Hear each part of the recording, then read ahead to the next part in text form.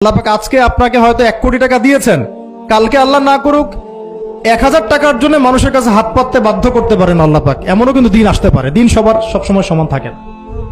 আজকে আপনার কাছে 1 কোটি টাকা আছে, কিছু মনে হচ্ছে না। কালকে কে জানে, আল্লাহ না করুক যে 1000 টাকা কারো কাছে চাইতে হচ্ছে, 1000 টাকার জন্য ঠেকে গেছেন, হতে পারে না?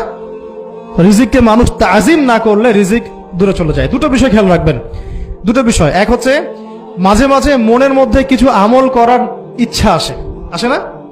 মনে হলো যে আচ্ছা একটু 10টা আয়াত পড়ি, মনে আসে না? মাঝে মাঝে এমন মনে হয় না?